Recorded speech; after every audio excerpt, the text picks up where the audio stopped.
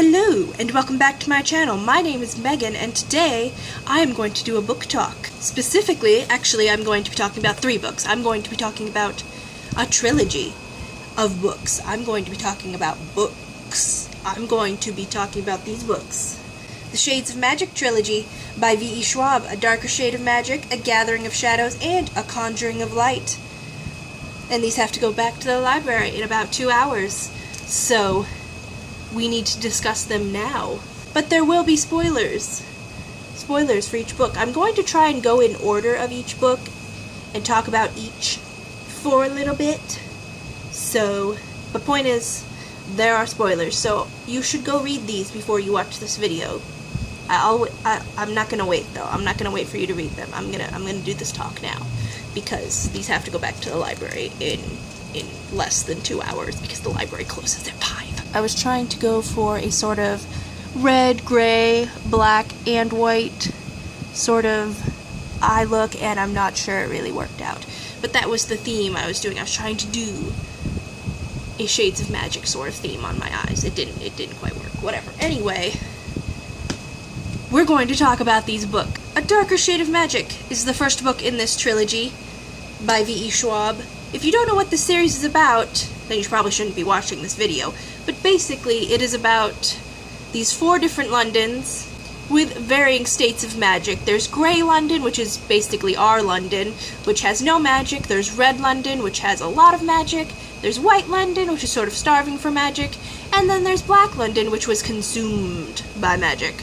And our main character, Kel, can sort of, basically, he can travel between these 4 Londons.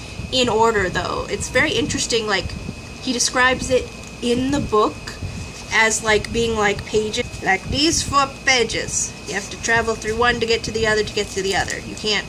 Okay, that didn't work when I said it.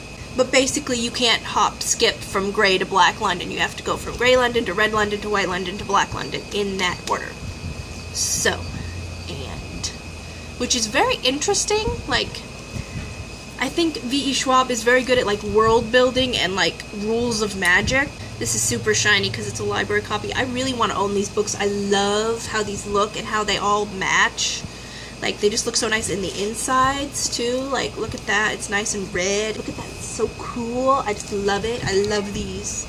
I really need to own these in hardcover, like, yesterday. I just love, like, the cover designs on all of these. They're just so nice. I especially love this one. I think this one's my favorite looking cover, because look at that. Step into a universe of daring adventure, thrilling power, and multiple Londons. Yes, that pretty much sums it up. I think that's the biggest pull of this series, like, to get someone to read it, is to say, there's multiple Londons. It's really cool. And I love Red London. Red London is definitely the star of the Londons. It's the best London, like, clearly. Like, I feel like we got a little gypped. Like, our London's not horrible. Like, at least we're not White London or Black London. Dang, at least we ain't Black London. But definitely feel like Red London is the London to be in. Like, Red London, just, like, everybody almost has magic and stuff. And it's like, can I go there? Can I go have magic? Let me have magic. I want magic. But we can't have magic. So... And technically, these are historical fiction. Like, sort of, technically, because Grey London is our London, but it takes place, like, 1800s, 1700s. Actually, it might say in the beginning. Let me look. Oh, 1819. 1819. Wow, that's a year. Yeah, so the 1800s is technically, this takes place in 1819. That's what it takes place in. Wow. Kel wore a very peculiar coat. I want Kel's coat. I think everybody wants Kel's coat, but, like, I also would really like it. Like, I just like a red pea coat in general, I think would be super cool. But, like, I love, like, fashionable coats. Like, I don't even get to wear coats very often. Like, I wear yeah, I know, you don't get to wear coats either. Oh, and Kel had sort of named the Londons.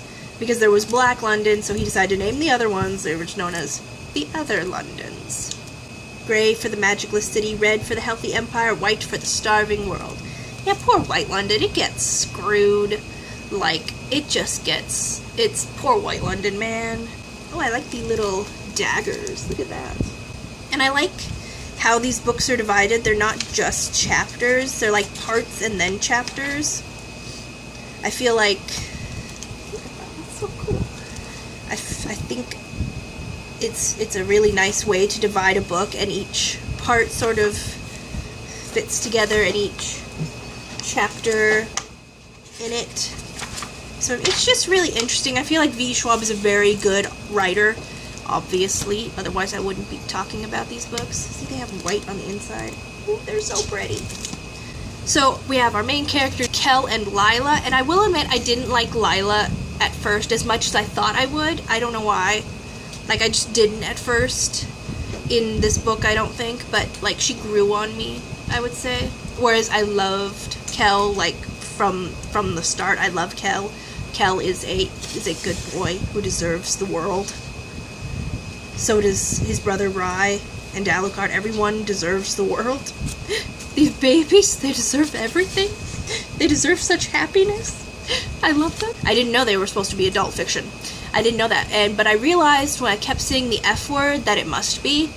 But like, I've come to associate like adult fantasy with being really, really drowned out in violence and sex. So it was nice that these weren't that. Like, it was adult fiction, you could tell, but at the same time, it didn't feel like it was bogged down and people stabbing each other and having sex and stabbing each other and stabbing them some more and covering each other in fire ants and pushing 8-year-olds out windows and whatever I've come to associate adult fiction with. It didn't gross me out or anything or disturb me or make me uncomfortable, which I know, Megan, you're 25, you're an adult, but like, there's a reason I don't read much adult fantasy anymore, and it's because a lot of it just tends to be too adult for me or too dark for me, and this one isn't too dark, neither is this one, but I would say A Conjuring of Light is surprisingly dark, and it's big.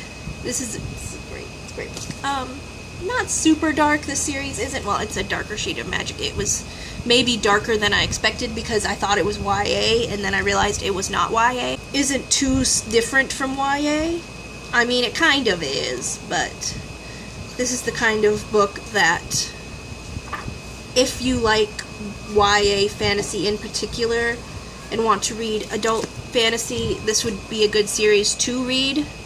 Like, if you're more used to YA fantasy, I would say. So now, having read V. Schwab's, or Victoria Schwab, YA book, This Savage Song, I can definitely tell there's a difference in her writing from when she's writing, like, this series adult fiction compared to her YA books.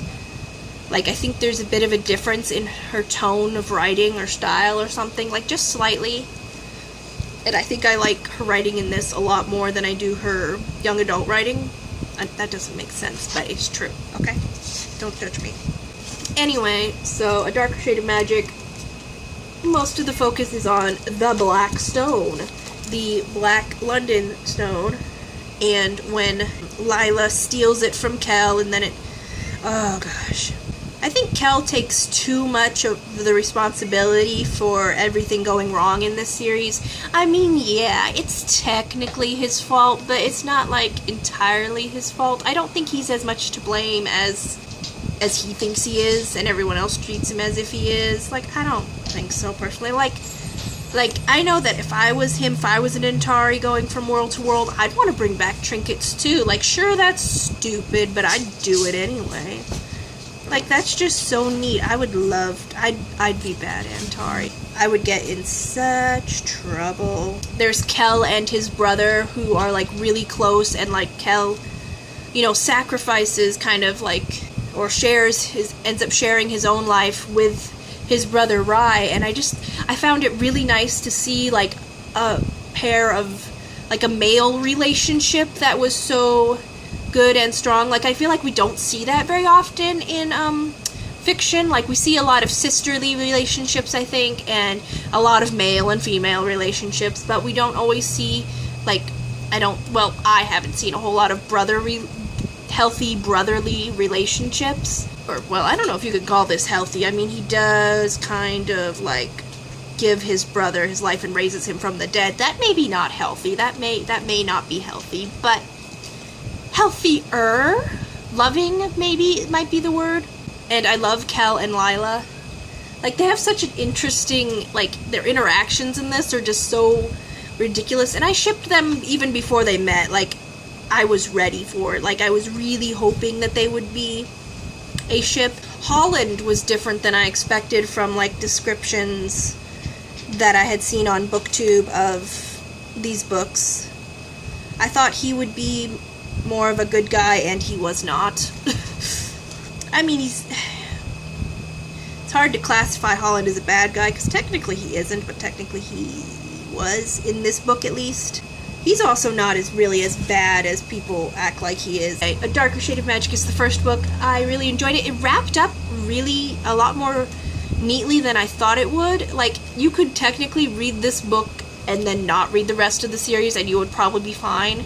Well, I wouldn't be fine. I don't know what would be wrong with you to not want to read the rest of the series, but you technically could, I feel like, read this as a standalone, sort of. Like, if you really wanted to, for some reason. Like, I don't know why you would, but it wraps up very neatly, and that surprised me how neatly everything, like, wrapped itself up. Like, I thought we would be dealing with the black stone being a problem throughout the entire trilogy, so when it wrapped up at the end, I was like, oh, okay. Like, I don't know, I figured it would be, like, this 3-book quest just to return this black stone to Black London. This one is probably the most, like, adventurous, because it's Kell and Lila trying to return this stone to Black London, so it was definitely the most adventurous out of the 3. I will say that in this series, I was kind of, disappointed's not the word, but Black London didn't really turn out like I thought it would. Like, I was kind of expecting it to maybe be more lively than people thought, you know, but, you know, it's more lively than Red London and people thought. Like, after having been sealed off, I thought, you know, the twist would be that there's people still alive there, and it turned out no. No. No and no. But let's move on to A Gathering of Shadows, since we're talking about Black London. Ooh, I just love this cover. I just love it. I like this coat, too. This is a really nice coat. And then we have A Gathering of Shadows here. With so many worlds on the map, there's plenty left to discover. NPR. Okay, thank you, NPR. That was really helpful. So, A Gathering of Shadows, where shadows do, in fact, begin to gather. As I was saying, Black London turned out different than I expect. Holland lived, which was nice, which somehow didn't surprise me, but it did, but it didn't, but it did, but it didn't. This one was a little bit more middle bookish, for sure, because it mostly focused on the Essen I can't pronounce that, the magic competition, but at the same time, it didn't feel like a slow middle book. Like, most of it does focus on the Essen and other stuff that isn't necessarily the main plot of the series in general. Like, doesn't really have anything to do with the Black London and the Black Stone and stuff. It doesn't really have anything to do with that. But it wasn't boring at all. Like, it was still very enjoyable to read, and I liked it a lot. Even though it was sort of painful to wait for Kell and Lila to see each other again. Like, I definitely spent like most of the book waiting for that to happen, for them to run into each other, but not in an annoying way, but like in an anticipating way. Like, it was exciting, like, oh, how are they gonna meet? Run into each other, damn it, talk.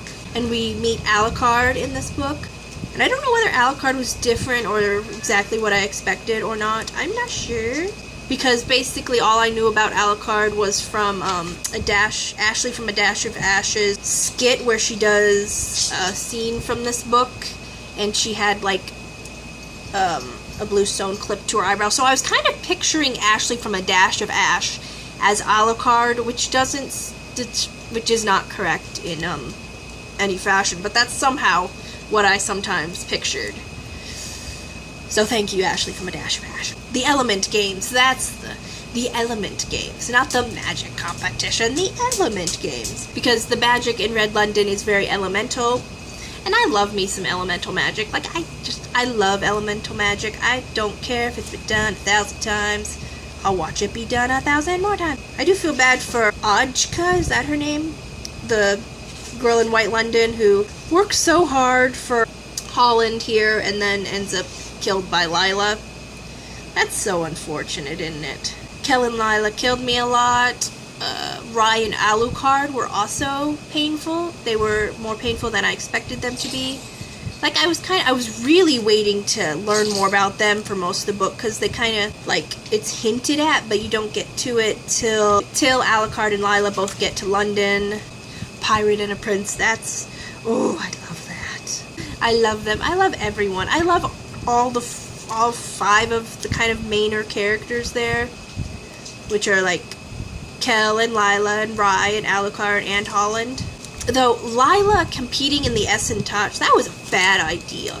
I mean, it worked out for her in the end. It didn't go too badly. She didn't die, but what a stupid idea. Like, Lila, I love you, but oh my god, that's not smart. She's pretty lucky that she was actually Antari. Like, though I really want to know how an Antari wound up in Grey London. Like, I felt like there was going to be more to that, like, somehow, like, child smuggling or something. I don't know. Like, Lila wasn't really from Grey London, or Kel was actually from Black London. That's what I kind of expected, that they would actually be from Black London somehow, which doesn't really make sense. I know that sounds stupid, and it's a good thing that I am not Victoria Schwab, and because I come up with stupid shit, but it's kind of what I expected, or something like that. Like, I knew that Lila was an Antari as soon as they mentioned in A Darker Shade of Magic that she had a glass eye. Like, oh really, you have a glass eye?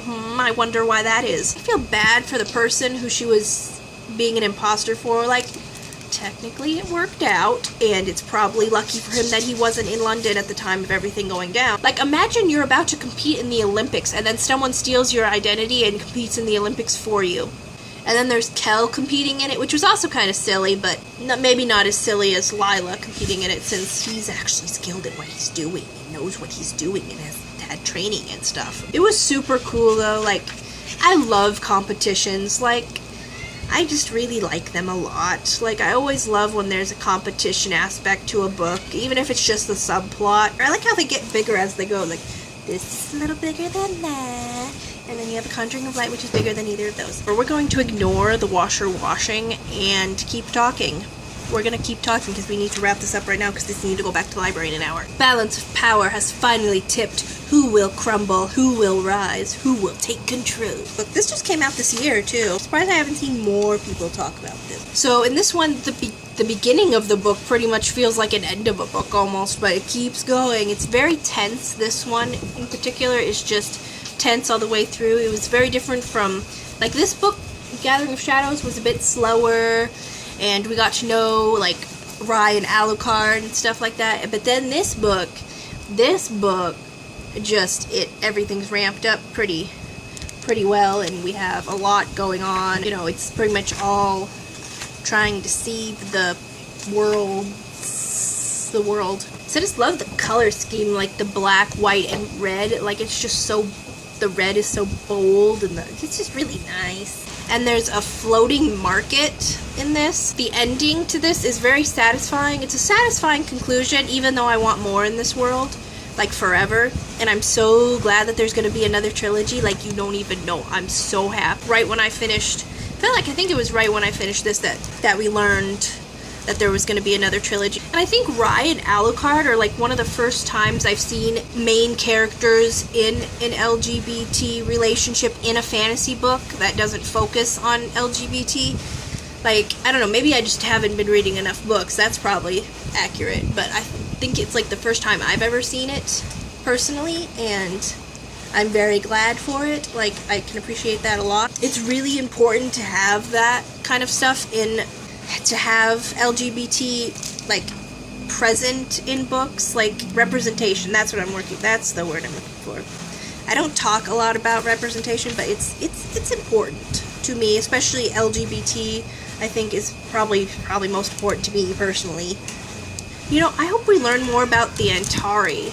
Like, I feel like maybe we won't, but I feel like we still don't really understand much about the Antari because they're, like, so rare.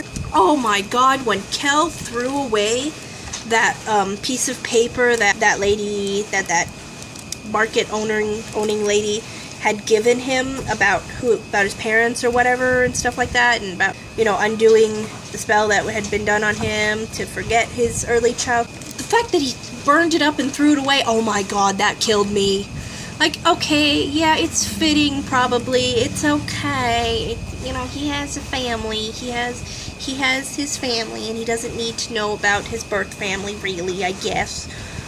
But it's still, oh my god, it still pissed me off. Well, no, it didn't piss me off. It upset me greatly because I wanted to know. Like, I want to know. Like, though we did learn that basically he was brought to that floating black market and kind of handed over to Maris, I believe her name is, and whether for his benefit or for his parents, who knows? Maybe they were just greedy. We don't know, and it pisses me off that we don't know, and we're never gonna know. I feel like we're never gonna know, and that upsets me so greatly. I mean, it's not really important. It doesn't really matter, but it matters to me. I gave this whole trilogy like 5 stars because it was just that good. I like most of the books that I read. I give a lot of 5 stars out, but this is like one of my favorite series now. This is one of my favorite trilogies, and I kind of knew that I would love it. Have you ever had that where you look at a book and you only hear a little bit about it and you just know that it's going to be one of your favorites? Like, you just know before even reading it that it's going to be one of your favorites ever, and that you're just going to give it all 5 stars and you're just going to love it and want to own it forever. I had watched a couple of Victoria Schwab's YouTube videos that she did not too long ago, a couple of her more recent ones, and I wish she would make more because they were just so insightful and so interesting and had such an interesting like point of view that I had never really thought about in writing. Okay, I have to go because the camera is dying and I have to return these books to the library. This wasn't the best book talk. There's no way that I could ever make a good enough book talk for these books because they are just so good. Like, I'm gonna hug them, and I really enjoyed them a lot, and I'm super excited for the Threads of Power trilogy, which we don't know much about yet. Like, this is, I think all we know about is apparently it's going to be a trilogy, and each one is going to have its own protagonist, a tinkerer who can pull the threads of magic, a noble who has her birthright stolen, and a con artist born with a lucky streak but no power. I'm super excited. I don't know when they're going to come out at all, obviously, because they were like just announced, so probably a couple years away, but I'm dying for them already because I really enjoyed these, and I'm so sad that I have to take these back to the library and I don't own them. Thank you so much for watching this mess of a video, this mess of a book talk. I'm not the greatest at book talks. These books are really good. Bye. I have to go return these to the library, so I gotta go. Noche. I am not pronouncing that word correctly.